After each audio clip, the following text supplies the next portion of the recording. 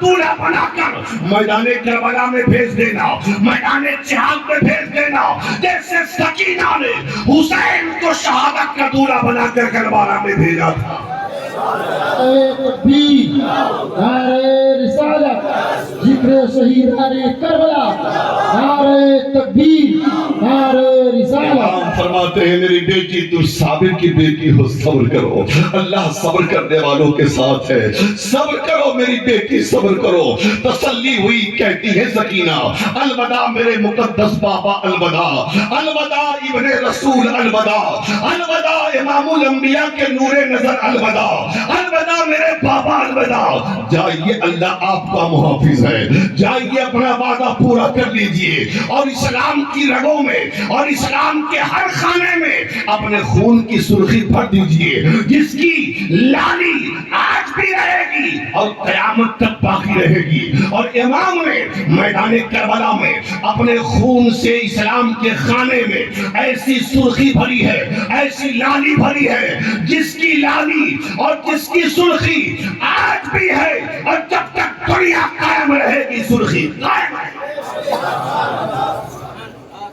حضرت امام میدان میں تشریف لے گئے۔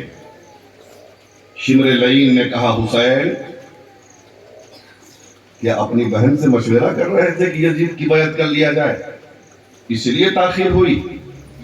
حضرت امام کہتے ہیں وہ ناہنجار، شرم نہیں آتی تمہیں بولتے ہوئے؟ اگر مجھے یزید کی بیعت کرنی ہوتی علی اکبر کو کیوں قربان کرتا؟ یزید کی بیعت کرنی ہوتی تو قاسم کو کیوں قربان کرتا؟ یزید کی بیعت کرنی ہوتی تو اونا محمد کو کیوں قربان کرتا؟ اگر یزید کی بیعت کرنی ہوتی تو اصغر کو قربان کرتا کیوں کرتا؟ اے شمر لعین، حسین کو نہ کل یزید کی بیعت منظور تھی، نہ آج یزید کی بیعت منظور ہے۔ تو کیا سوچتا ہے حسین موت سے ڈر جائے گا؟ تو کیا سوچتا ہے تلواروں سے ڈر جائے گا؟ تو کیا سوچتا ہے بچیوں سے ڈر جائے گا؟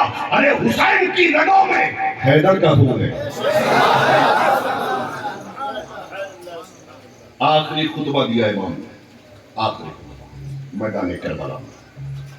عمر ابن سعد سے مخاطب ہو کہ میرے آقا حسین نے فرمایا عمر ابن سعد پھر آخری بار تمہیں سمجھا رہا ہوں، پھر آخری بار سمجھا رہا ہوں، آ جاؤ دین کی طرف، آ جاؤ حق کی طرف، مجھے مت مارو، خسارے میں رہو گے، دنیا بھی تمہاری برباد ہوگی، آخرت بھی تمہاری برباد ہوگی، اللہ کے سامنے کیسے جاؤ گے صورت لے کر؟ میں اس نبی کا نواسا ہوں جس کا کلمہ تم پڑھتے ہو اور جن کے شفاعت کے متمنی ہو تم، میرا خون مت بہاؤ۔ اگر ابھی بھی کوئی یزید کو چھوڑ کر حسین کے پاس آتا ہے میرے نانا کے دین کی حمایت کے لیے، تو حسین علی اکبر کے قاتل کو بھی معاف کر دے گا، قاسم کے قاتل کو بھی معاف کر دے گا، عباس کے قاتل کو بھی معاف کر دے گا، اونا محمد کے قاتل کو بھی معاف کر دے گا، اصغر کے قاتل کو بھی معاف کر دے گا۔ ہمارا حال یہ ہے کہ اگر ہمیں کوئی گالی دے دے یا ہمارے باپ کو کوئی گالی دے دے، ہم زندگی بھر اس سے بولنے کے لیے تیار نہیں ہوتے ہیں، لیکن میدان کربلا میں حسین کے بچوں کو شہید کرنے والے سامنے موجود ہیں، حسین کے بھائیوں کو شہید کرنے والے سامنے موجود ہیں، حسین کے بھانجے کو شہید کرنے والے سامنے موجود ہیں، حسین کے خاندان کو لوٹنے والے سامنے موجود ہیں، لیکن ان تمام چیزوں کے بعد اب بھی حسین ان کو جنت کی طرف بلا رہے ہیں، ان کو معاف کرنے کی بات کر رہے ہیں۔ یہ آل نبی ہے، یہ اولاد علی ہے، یہ مصطفیٰ کے نواسے ہیں جو اخیر وقت میں بھی یزیدیوں کو جنت جنت جانے کا پیغام دے رہے ہیں اور جنت کی طرف بلا رہے ہیں۔ کتنے شقیق قلب تھے وہ، کتنے پتھر دل تھے وہ، کتنے وہ بزدل تھے وہ، کتنے ظالم تھے وہ، کتنے بے وفا اور بد کردار تھے وہ کہ نواسہ رسول کو مار رہے ہیں، وہ نواسہ رسول کی جان کو لینے کے در پہ ہیں، خاندان مصطفیٰ پر ظلم و بربریت کا پہاڑ توڑ رہے ہیں۔ حضرت امام عالی مقام نے جب یہ کہا تو عمر ابن سعد نے کہا نہیں، اب ان خطبوں کا وقت ختم ہو گیا ہے، اب ان باز و نصیحت سے کوئی مسئلہ حل نہیں ہونے والا ہے، حسین بس دو ہی ہی بات ہے، یا تو آپ یزید کی بیعت کر لو یا پھر ہمیں لڑنے کے لیے تیار ہو جاؤ، مرنے مارنے کے لیے تیار ہو جاؤ۔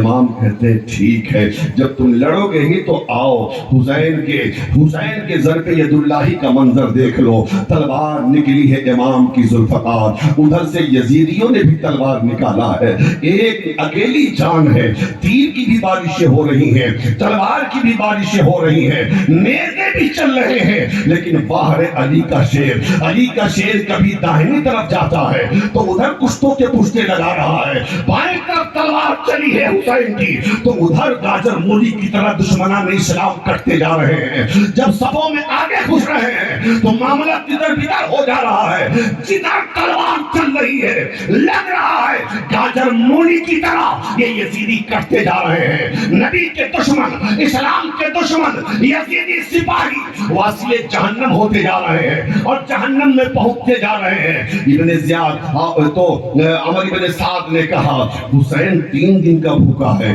3 دن کا پیاسا ہے، یہ حالت ہے ان کی، اگر ان کو پانی دے دیا جاتا تب ان کی حالت کیا ہوگی؟ عمر ابن سعد نے کہا ایک بار بھی حملہ کرو، دستہ بنا کے حملہ کرو، جب ان ظالموں کا جو پرانا طریقہ تھا، دستہ بنایا، حملہ کیا، چاروں طرف سے گھیر لیا امام کو ظالموں نے، اور چاروں طرف سے تیروں تلوار کی بارشیں ہو رہی ہیں۔ اب بتائیے ایک انسان جو 3 دن سے کچھ کھایا نہ ہو، 3 دن سے پانی پیا نہ ہو، اور صبح سے لے کے دوپہر تک اپنے عزیز و اقارب کی لاشیں اٹھا رہا ہو، اور اپنے سامنے اپنے بچوں کی قربانیاں دیکھ رہا ہو، اپنے بھائیوں کی قربانیاں دیکھ رہا ہو، اپنے عزیزوں کی قربانیاں دیکھ رہا ہو، اس کی حالت کیا ہوگی؟ روتے روتے آنکھ کے آنسو تو سوکھ چکے ہیں، لیکن باہر صبر و استقلال کا پیکر حسین کی صورت میں کربلا کی سرزمین پہ کھڑا ہے، اور یہ پیغام دے رہا ہے کہ اے حسینیوں، کبھی بھی ظلم کے آگے سر جھکانا نہیں، کبھی بھی ظلم کے آگے دبنا نہیں، بلکہ ظالم کی آنکھوں میں آنکھیں ڈال کر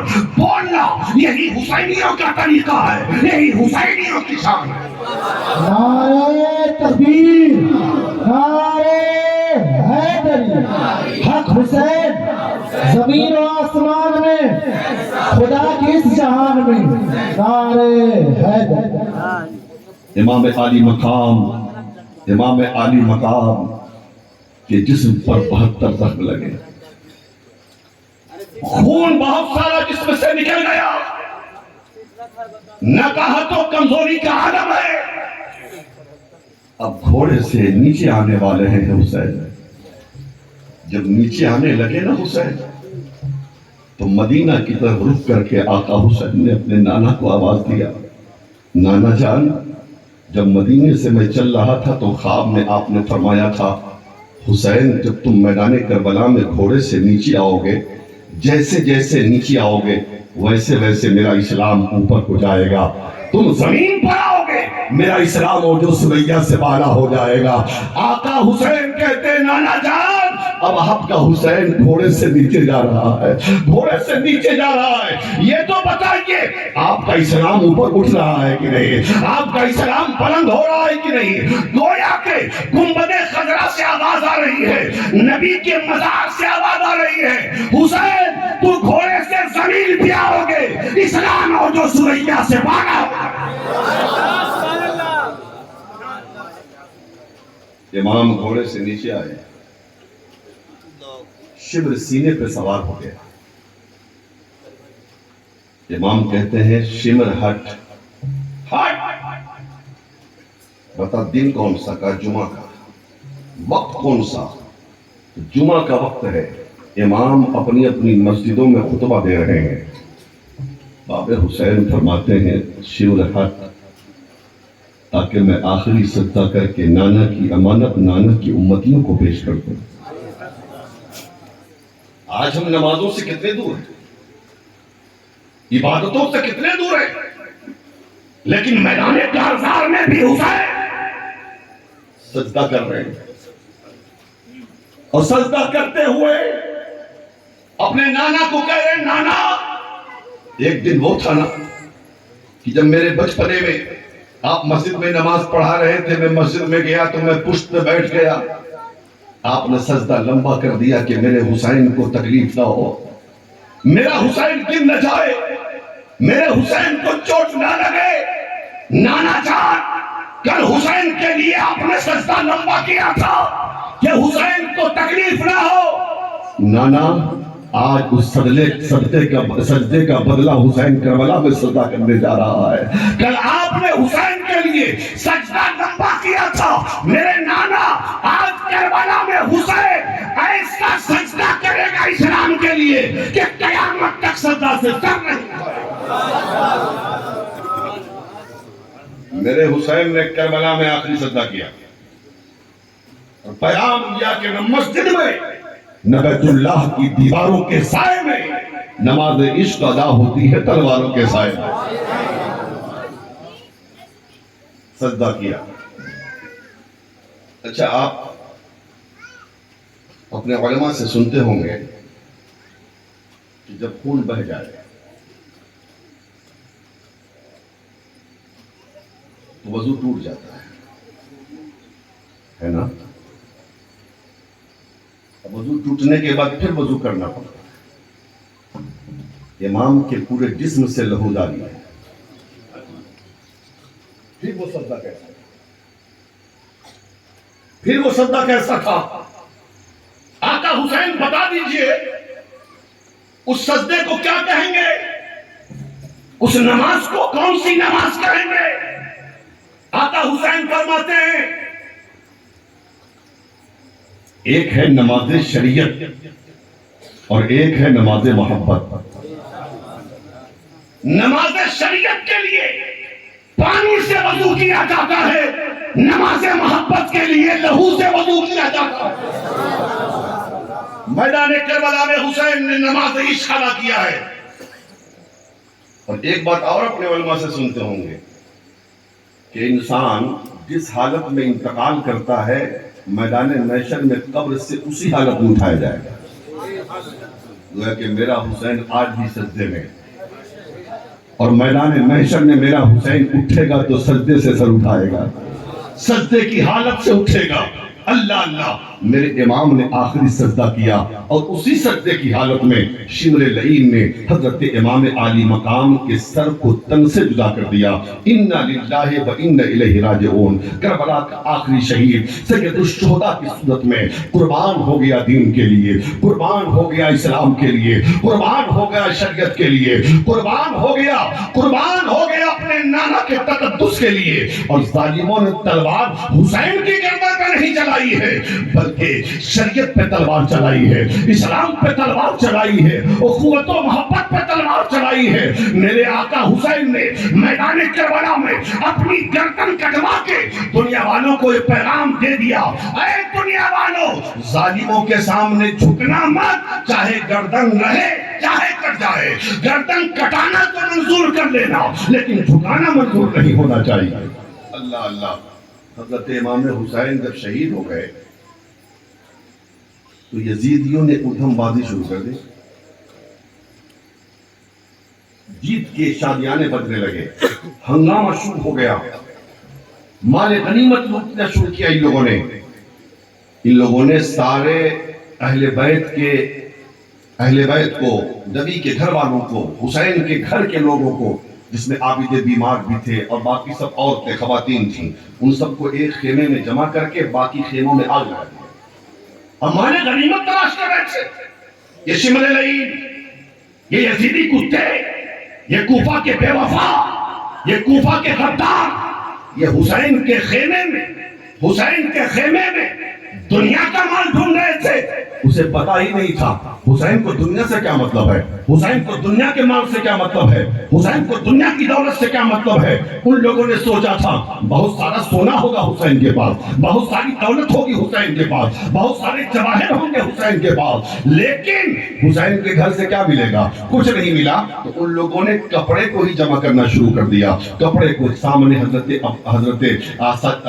سید سجاد کی چارپائی, جب شمر نے دیکھا کہ یہ بیمار, عابد بیمار یہاں پہ لیٹا ہے, اس نے کہا کہ اس کو کیوں چھوڑ دیا, اس کو بھی مار دو. اتنا کہا وہ مارنا ہی چاہتا تھا کہ اتنے میں عمر ابن سعد آ گیا. حضرت زینب نے تلوار نکالی, کہا ظالم, اگر تو اسے مارے گا تو اس کے پہلے ہم لوگوں سے مقابلہ کر, ہمیں مار دے, پھر تو عابد بیمار کو مارے گا، پھر زین العابدین کو مارے گا۔ عمر ابن سعد آ گیا اور آنے کے بعد اس نے کہا نہیں جلدی چلو اس کو چھوڑ دو اور پھر مال و دولت لوٹنے کی ضرورت نہیں ہے۔ حالات اس قدر ہوئے ظلم و ستم کے کہ حضرت سکینہ کے کان میں جو بالی تھی نا، اس بالی کو بھی ظالموں نے چھین لیا، حضرت سکینہ کا کان بھی لہو لہان ہو گیا۔ اللہ اللہ، ظلم کی ساری حدیں پار کر دی۔ میدان کربلا میں ظالموں نے ظلم کی حد کر دی، صابروں نے صبر کی حد کر دی ہے، شاکروں نے شکر کی حد کر دی ہے۔ حضرت سیدہ سکینہ کے کان زخمی ہو گئے۔ سب لوگ وہاں سے سب لوگوں کو نکال کے عمر ابن سعد لے کے چلا گیا۔ اب آہستہ آہستہ شام ہونے کو ہے، آہستہ آہستہ شام آ رہی ہے، سورج ڈوبنے والا ہے۔ وہ شام آ رہی ہے جسے شام غریبہ کہتے ہیں، جسے درد و الم کی شام کہتے ہیں، جسے مصیبتوں کی شام کہتے ہیں، جسے دقتوں کی شام کہتے ہیں، جسے آنسوؤں کی شام کہتے ہیں، جسے درد و کرب کی شام کہتے ہیں۔ آج ہمارے گھر میں کسی کا انتقال ہو جاتا ہے، ایک نہیں سینکڑوں لوگ تسلی دینے والے ہوتے ہیں، رسالت دلاسا دینے والے ہوتے ہیں۔ جب صبح ہوئی تھی تو سب ساتھ تھے زینب کے اور شہریاروں کے، جب شام ہو رہی ہے تو کوئی تسلی دینے والا نہیں ہے۔ مسافرت کی زندگی ہے، کربلا کا ریگزار ہے، وہاں کوئی اپنا نہیں، ہر طرف دشمن دندناتے پھر رہے ہیں۔ کون ہے جو سکینہ کا آنسو پوچھے؟ کون ہے جو زینب کو تسلی دے؟ کون ہے جو شہریاروں کے دل کا خیال رکھے؟ کون ہے جو عابد بیمار کو تسلی دے؟ کوئی نہیں ہے۔ حضرت سیدہ زینب نے مورچہ سنبھالا ہے، کبھی شہریاروں کو تسلی دیتی ہے، کبھی عابد بیمار کو تسلی دیتی ہے، کبھی سکینہ کو سینے سے لگاتی ہے۔ آنسو تو سوکھ چکے ہیں گرتے گرتے، کتنا آنسو رہے گا؟ آنسو ختم ہو چکا ہے، اب تو رونا بھی نہیں آتا۔ اور ان ظالموں نے حسین پاک کی شہادت کے بعد 10 گھوڑ سوار کو اکٹھا کیا، گھوڑے پہ بٹھا کر بیٹھ کر ان لوگوں نے شہدائے کربلا کی لاشوں پہ گھوڑے دوڑائے، لاشوں پہ گھوڑے دوڑائے۔ آج ہم اپنے قبرستان میں جاتے ہیں نا تو کہتے ہیں ٹھیک سے چلنا اپنے بچوں کو، قبر پہ پیر نہ پڑنے پائے، اس لیے کہ جب قبر پہ پیر پڑتا ہے نا تو قبر والے کو تکلیف ہوتی ہے۔ ذرا مردے کو لے جاتے ہو نا تو کہا جاتا ہے آہستہ آہستہ چلا کرو، تیز چلنے سے مردے کو تکلیف ہوتی ہے۔ اب بتاؤ ایک عام مردے کو تیز چلنے سے تکلیف ہو، قبر کے اوپر اگر کوئی پیر رکھ دے تو پیر رکھنے سے تکلیف ہو۔ اب بتاؤ کربلا کے میدان میں شہدائے کربلا کی جسم اطہر پر جب گھوڑے کی ٹاپوں سے حملہ کیا گیا ہوگا اور گھوڑے دوڑائے گئے ہوں گے، کسی کی ہڈیاں ٹوٹی ہوں گی، کسی کا جسم لہو لہان ہو گیا ہوگا، کسی کے جسم کے ٹکڑے ہو گئے ہوں گے، بتاؤ کتنی تکلیف ہوئی ہوگی، کتنی پریشانیوں کا سامنا، کتنا درد ہوا ہوگا۔ لیکن یزیدیوں نے سارے حد کو پار کر دیا۔ شام ہو رہی تھی، شام غریبہ آ گئی، اندھیرا چھا گیا، بھوک کا عالم ہے، سناٹا ہے پورے کربلا میں، لاش شہدائے کربلا کی بے گور و کفن پڑی ہوئی ہے۔ حضرت زینب نے اپنے بھائی کی لاش پر کپڑا ڈال دیا اور چھپا دیا، اپنے بھائی کی لاش کو کپڑا ڈال کر پردہ کر دیا۔ اس کے بعد جب شام ہوتی ہے تو یزیدیوں نے مل کر میٹنگ کی، میٹنگ یہ کی کہ چلو ہم تو جیت گئے، ہماری لڑائی حسین سے تھی، ہم نے حسین کو مار ڈالا، حسین کو قتل کر دیا، ہم لڑائی جیت چکے ہیں، لیکن انسانیت کا تقاضا یہ ہے کہ حسین کے گھر میں بچے ہیں، بچیاں ہیں، عورتیں ہیں، بیمار ہیں، لہذا انسانیت کے تقاضے کے اعتبار سے حسین کے گھر میں کھانا بھی جانا چاہیے اور حسین کے گھر پانی بھی جانا چاہیے۔ خیمہ حسینی میں حسین کے گھر والوں تک پانی بھی پہنچنا چاہیے، کھانا بھی پہنچنا چاہیے۔ اس بات پہ سب لوگوں نے اتفاق تو کیا، لیکن بات یہ رہی کہ آخر زینب پاک کے سامنے کھانا لے کے جائے گا کون، پانی لے کے جائے گا کون؟ کس کے اندر اتنی ہمت ہے کہ جو سیدہ زینب کی نظر سے نظر ملا سکے؟ کس کے اندر اتنی قوت ہے جو علی کی شہزادی کے سامنے جا سکے؟ کس کے اندر اتنی طاقت ہے جو حسین کی بہن کے سامنے جا سکے؟ بہت سوچ بچار کرنے کے بعد ایک شخص نے کہا ایسا ہے کہ حر کی بیوہ جو ہے وہ ہمارے پاس ہے، کیونکہ حر حضرت حر یزیدیوں کے لشکر میں تھے اور یزیدیوں کے لشکر سے لوٹ کر ادھر آ گئے اور معافی مانگ کر کربلا میں شہید ہو گئے امام حسین کے نام پر، تو ان کی اہلیہ یزیدیوں کے لشکر میں تھی۔ ان لوگوں نے کہا کہ ایسا کرو حر کی بیوہ کو ہم تیار کرتے ہیں، وہ کھانا لے کے جائیں گی، وہ پانی لے کے جائیں گی۔ حضرت حر کی بیوی سے کہا تم کو جانا ہے کھانا پانی لے کے، تو وہ تو چاہتی ہی تھی کہ جس طریقے سے میرا شوہر اسلام کے نام پر قربان قربان ہو گیا اور امام حسین کی خدمت میں حاضری دی، ویسے ہی مجھے بھی ان ظالموں سے چھٹکارا مل جائے، ہم بھی زینب پاک کی بارگاہ میں حاضری دے دیتے ہیں۔ فوراً تیار ہو گئی، ایک دشت میں کھانا ہے، مشکیزے میں پانی ہے، رات کے سناٹے میں نقاب میں لپٹی ہوئی حضرت حر کی بیوہ خیمہ حسینی میں، خیمہ زینب پاک میں حاضری دیتی ہے۔ خیمہ میں جا کر سامنے دشت میں کھانا رکھ دیا اور مشکیزہ رکھ دیا پانی والا۔ حضرت زینب فرماتی ہیں کیا ہے یہ؟ کہا یہ کھانا ہے، یہ پانی ہے، اسے قبول کر لیجئے۔ جب دانا پانی کا نام سنا ہے تو سیدہ کو جلال آ گیا، حضرت علی کی شہزادی کو جلال آ گیا، کہا لے جاؤ کھانا یہاں سے، لے جاؤ پانی یہاں سے۔ جب کھانے والے چلے گئے تب کھانا لے کے آئی ہو، جب پینے والے چلے گئے تب پانی لے کے آئی ہو۔ ہمیں نہ کھانے کی ضرورت ہے، ہمیں نہ پینے کی ضرورت ہے۔ اتنا جب کہا سیدہ نے تو حضرت حر کی بیوہ نے سیدہ کے قدموں پہ اپنا سر رکھ دیا اور رونے لگی اور کہتی ہے سیدہ مجھے پہچانا آپ نے؟ کہا کون ہو تم؟ کہا کہ میں اسی حر کی بیوہ ہوں، اسی حر کی بیوہ ہوں جس حر نے اسلام کے لیے حسین کے نام پہ قربانی دی ہے۔ اگر آپ نے کھانا پانی نہ لیا تو یہ یزیدی ہمیں تانا دیں گے کہ تمہارا شوہر تو اسلام کے لیے لڑا اور حسین کے نام پہ قربان ہو گیا، لیکن حسین کی بہن نے تیرے کھانے کا بھی لحاظ نہیں کیا، تیرے پانی کا بھی لحاظ نہ کیا۔ تم کھانا لے کے گئی، پانی لے کے گئی، لیکن انہوں نے قبول نہ کیا، اس لیے میری عزت چلی جائے گی، یہ مذاق اڑائیں گے، یہ استہزاء کریں گے، اس لیے سیدہ یہ کھانا لے لیجئے تاکہ میری عزت بچ جائے، آپ پانی لے لیجئے تاکہ یہ ظالم میرا مذاق نہ اڑائے۔ حضرت سیدہ نے جب جناب حر کا نام سنا ہے تو کھانا بھی لے لیا اور پانی بھی لے لیا۔ حضرت سیدہ نے پانی بھی قبول کر لیا، کھانا بھی قبول کر لیا۔ بغل میں 7 سال کی سکینہ بے ہوش پڑی ہوئی ہے، دل ہے اور دل میں اولاد کا درد ہے تو ذرا سن کے دیکھو، سیدہ بے ہوش پڑی ہوئی ہے۔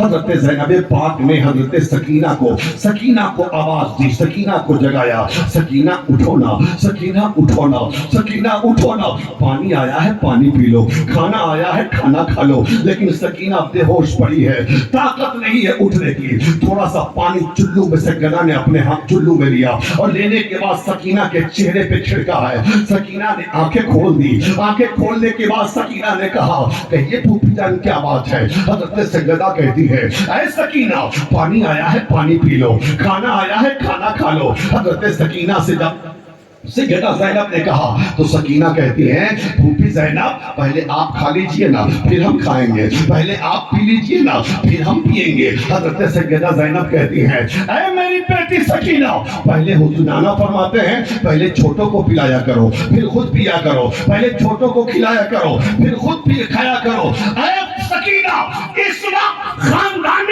نبوت میں تم سے چھوٹا کوئی نہیں ہے، سب سے چھوٹی تم ہو، پہلے تم کھاؤ گی پھر کوئی کھائے گا، پہلے تم پیو گی پھر کوئی پیے گا۔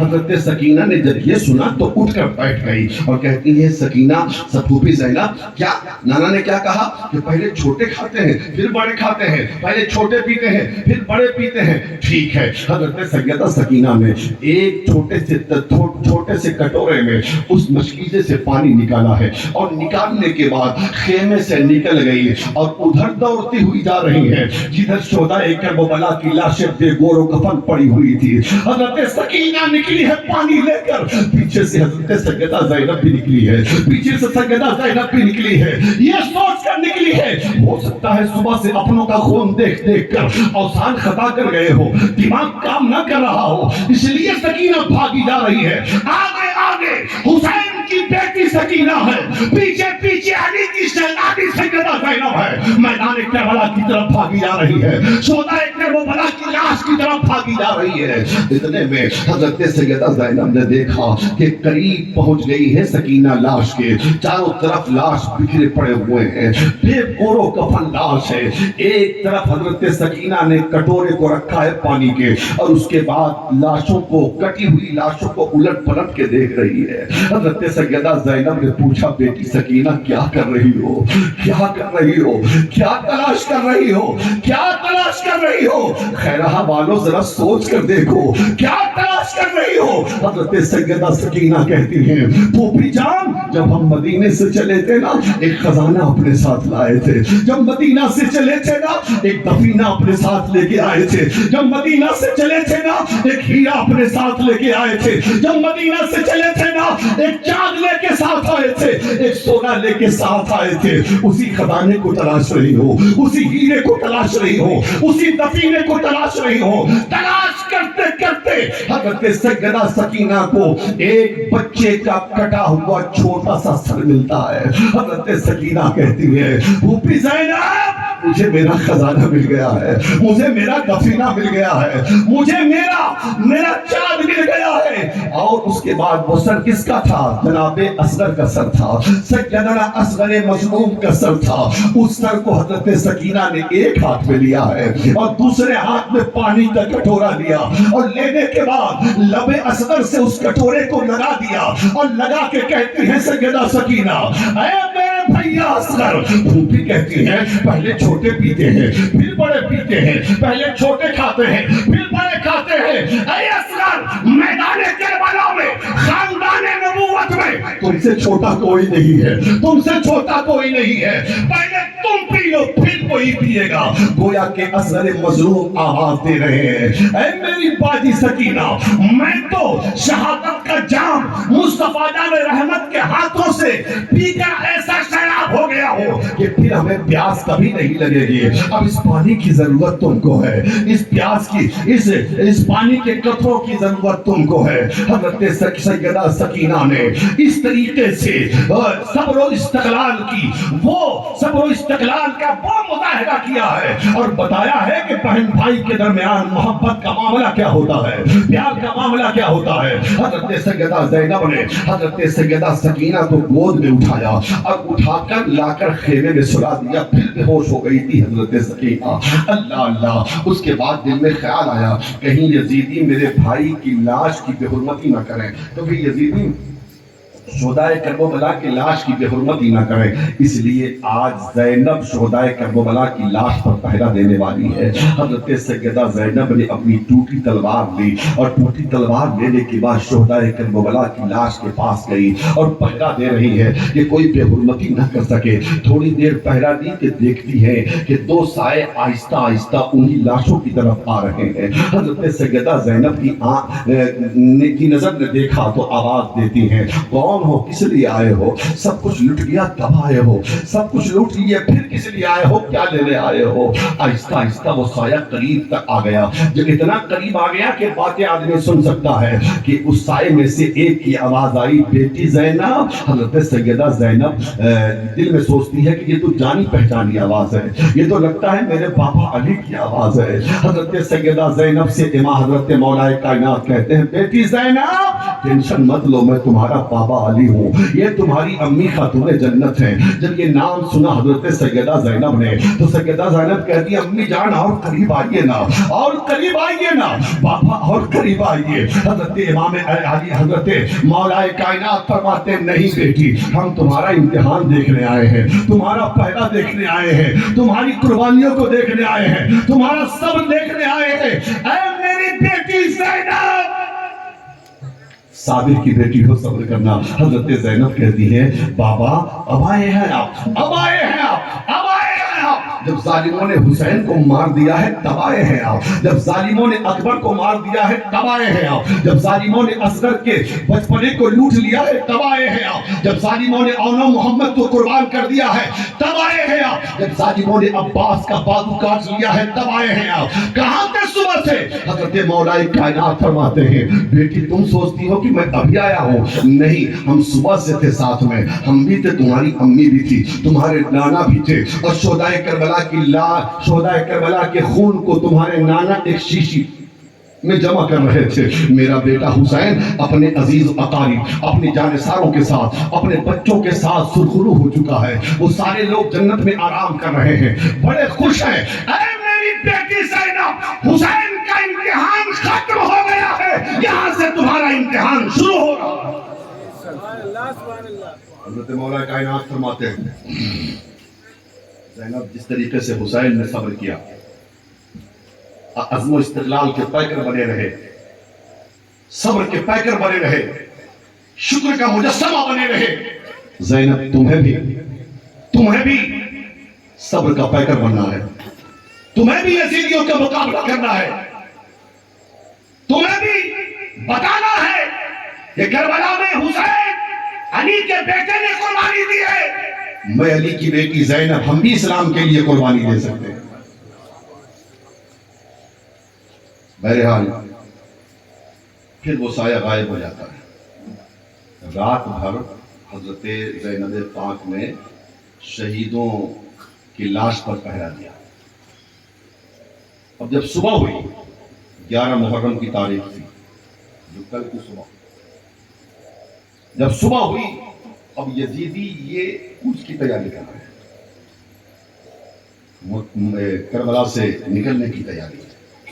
سیدانیوں کو اونٹ کی ننگی پیٹھ پر بٹھایا گیا، دوپٹے تک چھین لیے گئے، اور عابد بیمار کو زنجیروں میں جکڑ دیا گیا، یہ جانتے ہوئے کہ یہ بیمار ہے، یہ جانتے ہوئے کہ نقاہت کا عالم ہے، یہ جانتے ہوئے کہ یہ کمزور ہے۔ اس کے بعد ظالموں نے کوئی بھی رحم نہیں کیا، اور پھر 11 محرم کو یہ قافلہ چھوٹا سا کوفہ کی طرف چلا ہے۔ جب شہدائے کربلا کی لاش کے پاس سے یہ قافلہ گزرا ہے، چیخیں نکل گئی زینب پاک کی، حضرت شہربانو کی، حضرت سکینہ کی، حضرت عابد بیمار کی۔ اللہ اللہ، کیسا منظر رہا ہوگا، بے گور و کفن لاشیں پڑی ہے شہدائے کربلا کی، اور نیزے پہ سر امام ہے، شہدائے کربلا کے سر نیزوں پر ہے۔ یہ قافلہ چلا۔ اب دیکھیے، چلتے چلتے شام ہو گئی، تو ایک بہت خوبصورت گھر کے پاس یہ قافلہ رکا، حسین و جمیل۔ اب بڑی اچھی طریقے سے اس گھر کو سجایا گیا تھا، بنایا گیا۔ اس گھر کی مالکن ایک ضعیفہ تھی۔ یزیدی سپاہی نے اس گھر کی مالکن سے کہا کہ دیکھو، ہم ابن زیاد کے سپاہی ہیں، ہمیں رات گزارنے کے لیے جگہ دو، تمہارا گھر بڑا ہے۔ اس مالکن نے کہا نہیں، ہم نے گھر تمہارے لیے نہیں بنایا، اپنے آقا کے لیے بنایا ہے، اپنے آقا کے لیے بنایا ہے۔ اب ذرا سا یہاں پر رک کر ایک بات کہوں کہ وہ گھر کس کا تھا۔ حضرت بی بی شیرین جو حضرت امام حسین کی کنیز تھی، ضعیف ہو گئی، کمزور ہو گئی، تو امام علی مقام نے فرمایا کہ ایسا ہے کہ آپ جائیے، گھر ور بنا لیجئے اور آرام سے آرام کیجئے۔ اب آپ کام کیا کیجئے گا، ہم آپ سے راضی ہیں، اللہ آپ سے راضی ہے۔ حضرت بی بی شیرین نے کہا کہ ٹھیک ہے حضور، آپ کی اجازت سے میں یہ کروں گی، لیکن ایک شرط ہے کہ جب میں گھر بناؤں گی نا، تو آپ وعدہ کریں کہ آپ میرے گھر مہمان بنیں گے، ایک دن کے لیے ہی صحیح میرے گھر مہمان بنے گا۔ امام حسین نے فرمایا بی بی شیرین، تم مجھے مہمان بنانے کی بات کر رہی ہو، ہم تنہا امام نہیں بنیں گے، تمہارے گھر میں ہمارا پورا خاندان مہمان بنے گا، پورا خاندان مہمان بنے گا۔ یہ وہی بی بی شیرین کا گھر تھا، یہ گھر وہی تھا جو سجا کر سلام کر روزانہ امام کا انتظار کرتی، امام علی مقام کا انتظار کرتی، مصطفیٰ جان رحمت کے نواسے کا انتظار کرتی، اپنے آقا کا انتظار کرتی۔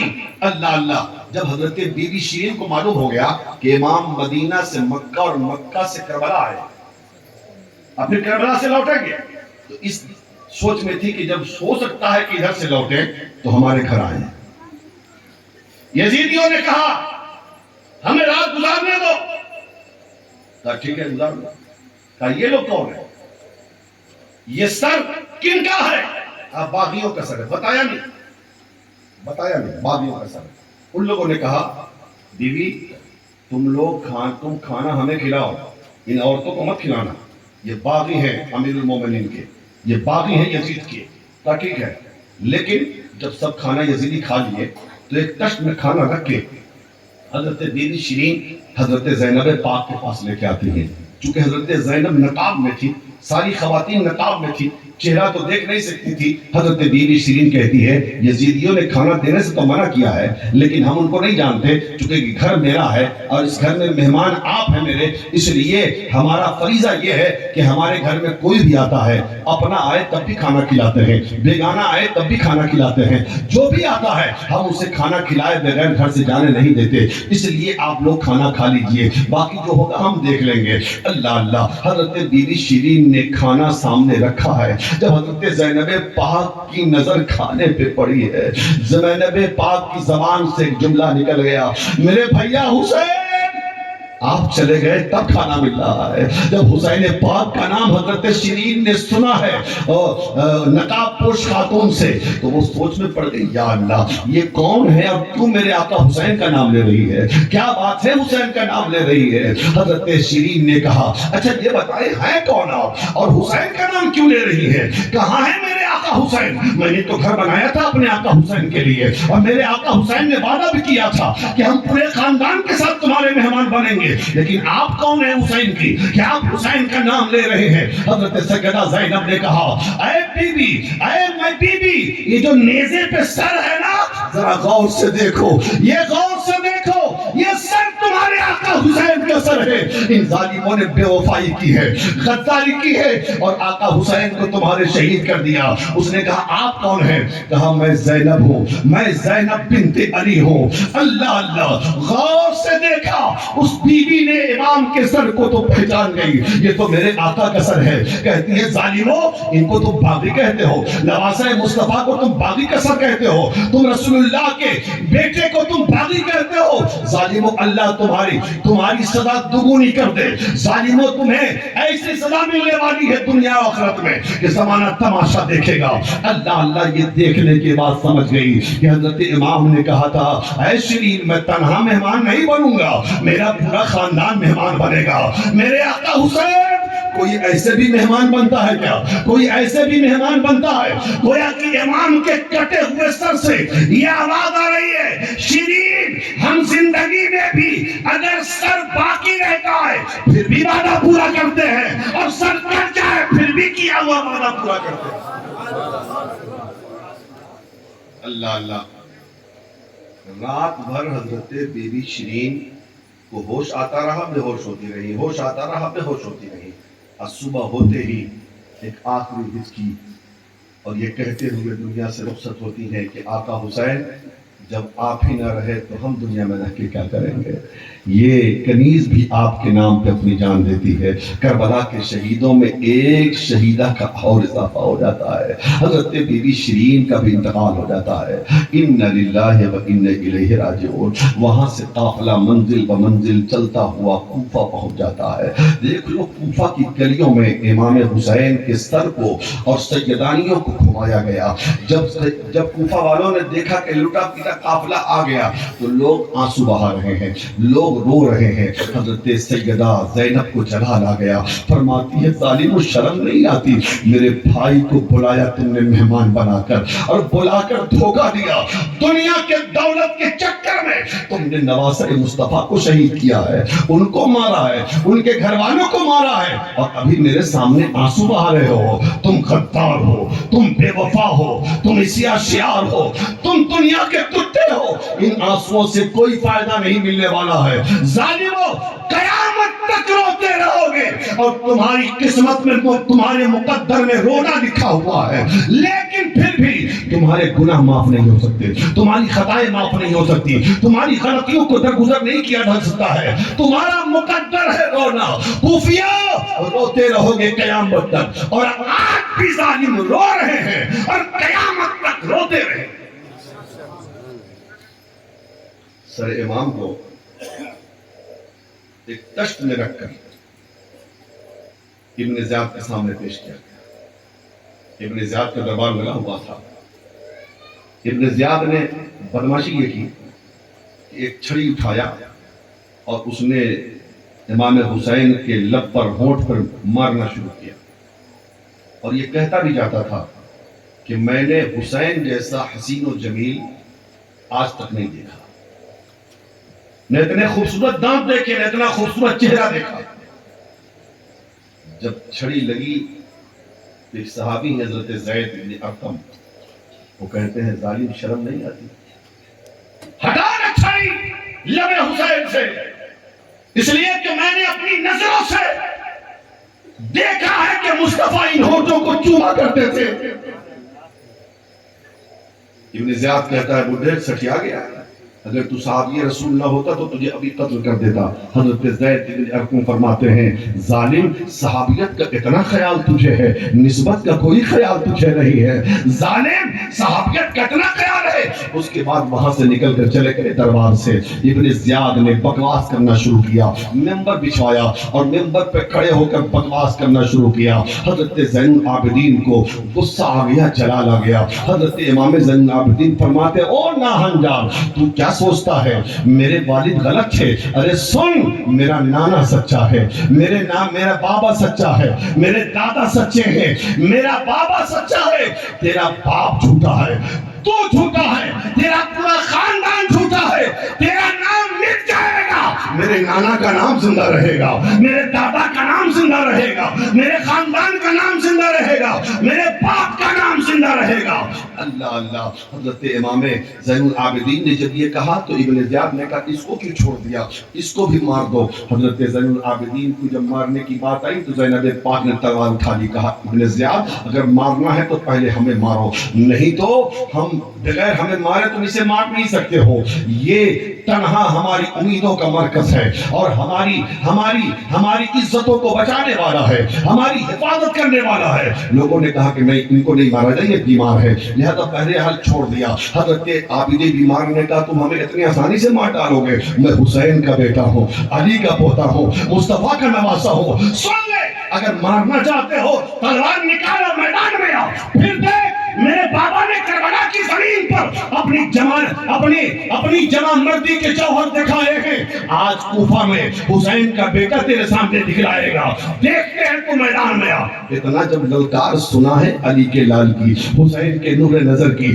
ابن زیاد کانپ گیا، ڈر گیا، اس نے ارادہ ترک کر دیا اور اس کے بعد پورے کوفہ میں ان سیدانیوں کو حضرت امام حسین کے ساتھ گھمایا گیا اور پھر اس سر کے ساتھ اس قافلے کو، لوٹے ہوئے قافلے کو دمشق جانے کی تیاری کی گئی، دمشق روانہ کر دیا گیا۔ منزل بمنزل دمشق کی طرف یہ قافلہ رواں ہے۔ ایک گرجا گھر، شام ہوئی تو ایک گرجا گھر کے پاس یہ لوگ ٹھہرتے ہیں کہ رات میں گرجا گھر میں ٹھہرا جائے اور پھر صبح یہاں سے چلیں گے۔ گرجا گھر کے راہب نے کہا اچھا یہ بتاؤ، ہم تمہیں ٹھہرنے تو دیں گے لیکن یہ بتاؤ کہ یہ سر کس کا ہے؟ کہا باغی کا سر ہے۔ کہا کون باغی؟ نام تو کچھ ہوگا۔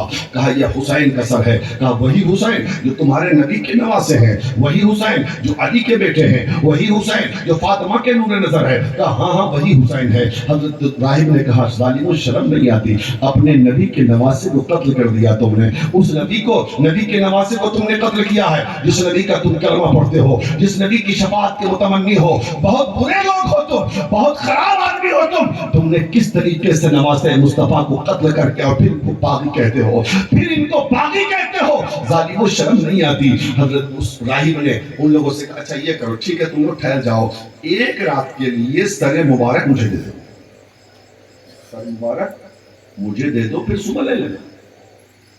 ان لوگوں نے انکار کیا، کہا دیکھو اگر دو گے تو ہم 10,000 سونے کے سکے تمہیں اس کے بدلے دیں گے، ایک رات کے لیے۔ لوگوں نے کہا کہ رات بھر تو ایسے ہی سر رہے گا نا، چلو کم سے کم 10,000 سونے کے سکے مل تو جائیں گے، ہاں اس لیے لالچی تو تھے ہی دنیا کے، ان لوگوں نے دے دیا۔ اب راہب نے کیا کیا؟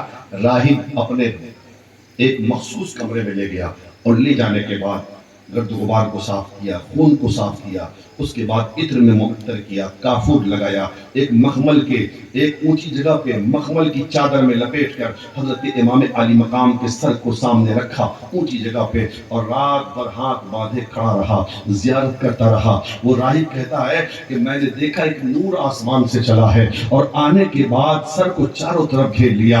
امام حسین کا چہرہ اتنا روشن تھا کہ چہرے حسین کی روشنی سے میرا پورا گھر روشن ہو گیا ہے، میرا پورا گھر روشن ہو گیا ہے۔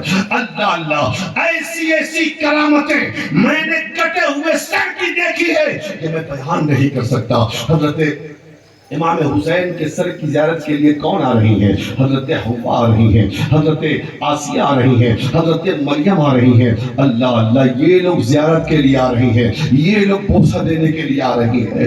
رات بھر راہب کھڑا رہا اور صبح ہوتے ہی کلمہ پڑھ کے مسلمان ہو گیا، کلمہ پڑھ کے مسلمان ہو گیا۔ یہ دیکھ لو، یہ حسین کا سر ہے، دھڑ کے ساتھ بھی تھا تو اسلام بانٹ رہا تھا، کٹا ہوا سر بھی اسلام کی دعوت بانٹ رہا تھا۔ نعرہ تکبیر، نعرہ رسالت، ذکر امام حسین، شہادت امام حسین، عظمت امام حسین، شان امام حسین، یا حسین یا حسین یا حسین۔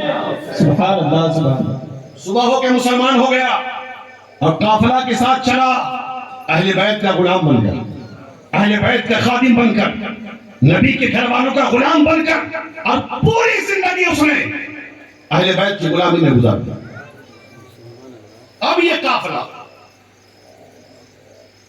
دمشق پہنچنے والا ہے، دمشق کے بازاروں سے چل رہا ہے۔